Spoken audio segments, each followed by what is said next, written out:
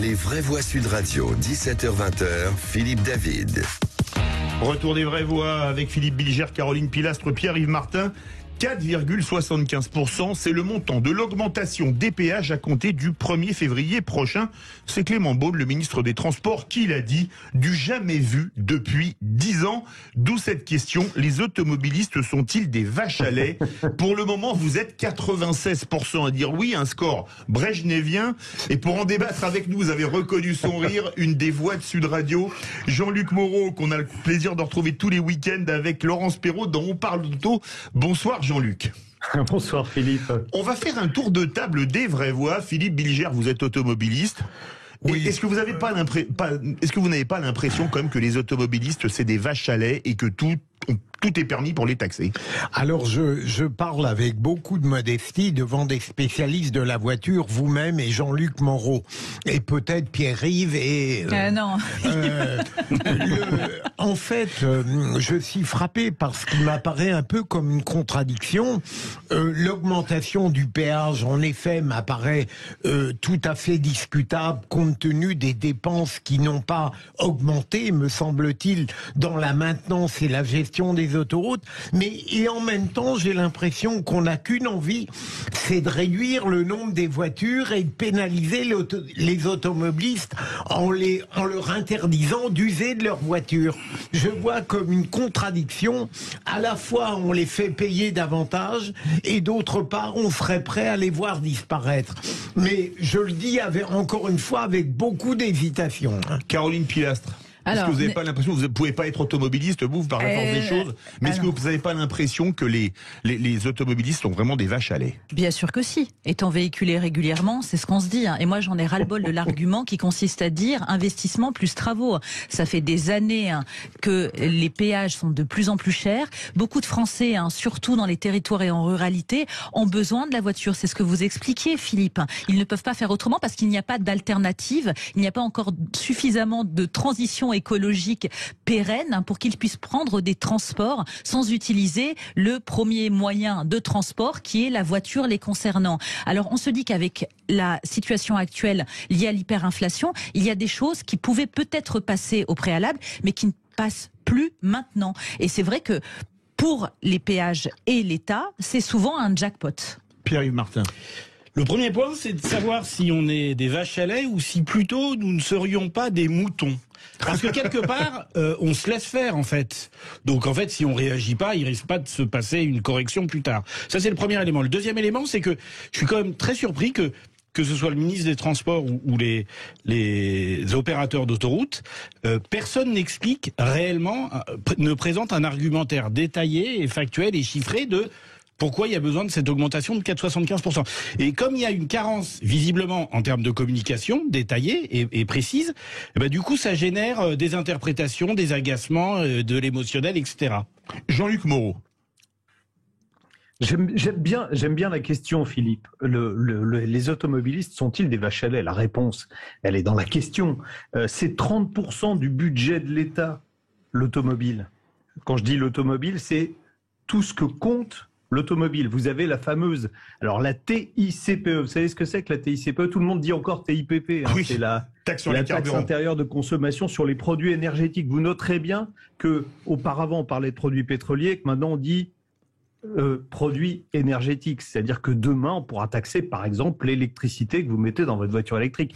Parce qu'il faut pas rêver. C'est la 4e source de rentrée fiscale de l'État. Derrière la TVA en premier, l'impôt sur le revenu, l'impôt sur les sociétés. Ça a représenté l'année dernière, rien que cette taxe sur les carburants, 33 milliards d'euros. Et il y a un truc qui est quand même énorme, c'est que sur cette taxe, on met de la TVA, puisque la taxe, elle est fixe, c'est 59 centimes sur le gazole par litre, c'est 67 centimes sur le litre d'essence. Et sur ça, ensuite, vous rajoutez le prix du pétrole, qui a bien augmenté. Enfin, en ce moment, il se stabilise. Et ensuite, vous mettez de la TVA sur la totalité.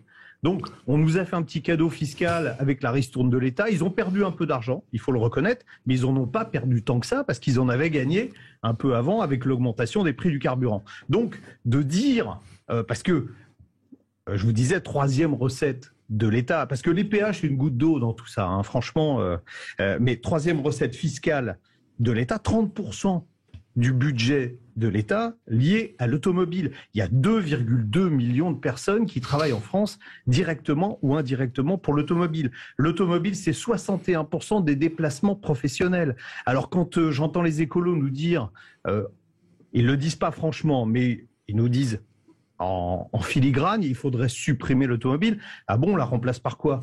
Est-ce que demain, on a un train qui va pouvoir venir livrer jusque chez vous ce que vous avez commandé pour Noël? Non. À un moment ou à un autre, il faudra utiliser la route. La route, elle est indispensable dans le monde dans lequel on vit. On ne peut pas remplacer. Et d'ailleurs, la route finance les infrastructures de transport collectif. Ça, on oublie de le dire. Si demain, il n'y a pas de voiture, il n'y a pas de train. Parce que les trains, ça ne rapporte pas. On bouche le trou avec une partie justement de la TICPE dont on parlait tout à l'heure. On va faire réagir les vrais. Philippe Bilger veut réagir. À votre avis, Jean-Luc, à partir de quel moment a-t-on commencé cette offensive véritablement contre les voitures et au détriment des automobilistes? Alors ça fait, moi je dirais que l'arrivée de François Hollande a été un changement. Moi, je l'ai vécu de l'intérieur parce que je travaillais pour un magazine qui était très proche du Parlement et j'ai senti il y avait plutôt des parlementaires qui étaient pro-automobile auparavant et quand l'Assemblée a complètement changé, je me suis plus retrouvé face à des anti-voitures qu'à des gens qui étaient pro-voitures. Et puis ça, petit à petit, la dérive s'est accentuée avec l'arrivée des écologistes de plus en plus présents. Oui. Alors moi, je veux bien. J'ai milité depuis. J'ai monté le premier magazine qui parlait de voitures et d'environnement en 2004. J'étais un petit peu en avance par rapport à tout le monde. J'ai toujours milité pour rouler plus propre. Est-ce que ça veut dire pour autant qu'il faut se passer de voiture? On ne peut pas, notre société, elle est bâtie sur ça aujourd'hui. Est-ce qu'il faut revenir à des charrettes? Est-ce qu'il faut ne plus avoir de route?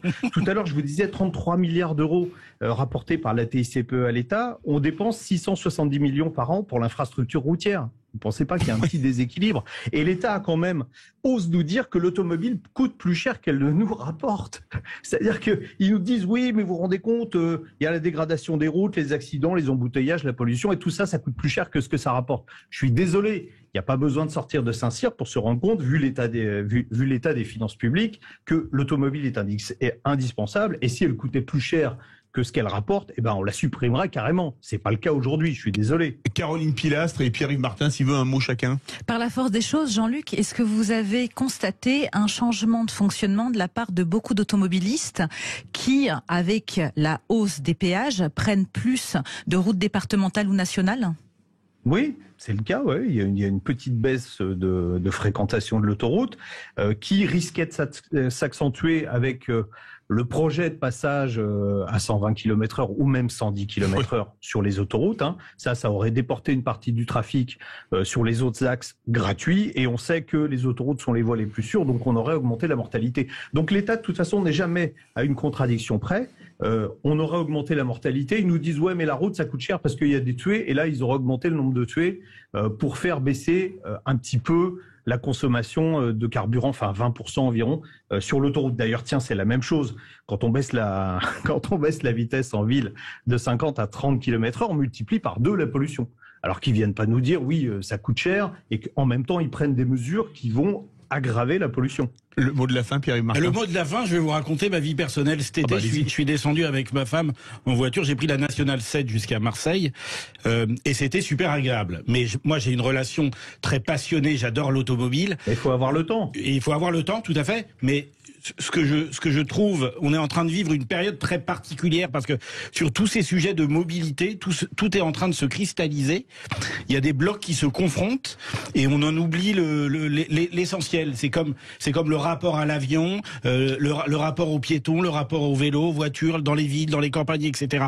Et on est incapable de se mettre autour d'une table et peut-être d'échanger pour essayer de faire évoluer les choses de manière consensuelle. Et je suis inquiet de voir que mois après mois, alors je ne sais pas si c'est Hollande ou pas Hollande qui est à l'initiative de ça, mais c'est vrai qu'il y a une interprétation qui est assez automatique, assez naturelle par rapport à ces sujets de crispation. Jean-Luc Moreau, le mot de la fin, là, en 20 secondes. Le mot de la fin, c'est que votre voiture rapporte 2619 € par an à l'État. Alors, je vous invite à voir votre feuille d'impôt, savoir combien vous rapportez à l'État. Mais en moyenne, chaque voiture rapporte 2619 € par an à l'État. Et l'État ose dire, finalement, vous ne nous rapportez rien, vous nous coûtez de l'argent. Merci beaucoup Jean-Luc Moreau. On vous retrouvera bien évidemment le week-end prochain avec grand plaisir aux côtés de Laurence Perrault dans On parle auto. Verdict sur Twitter, vous êtes toujours 96% à penser que les automobilistes sont des vaches à lait. Dans quelques instants, notre grand débat, faut-il régulariser les travailleurs sans papier? Mais juste avant, ça fait du clic avec Félix Mathieu.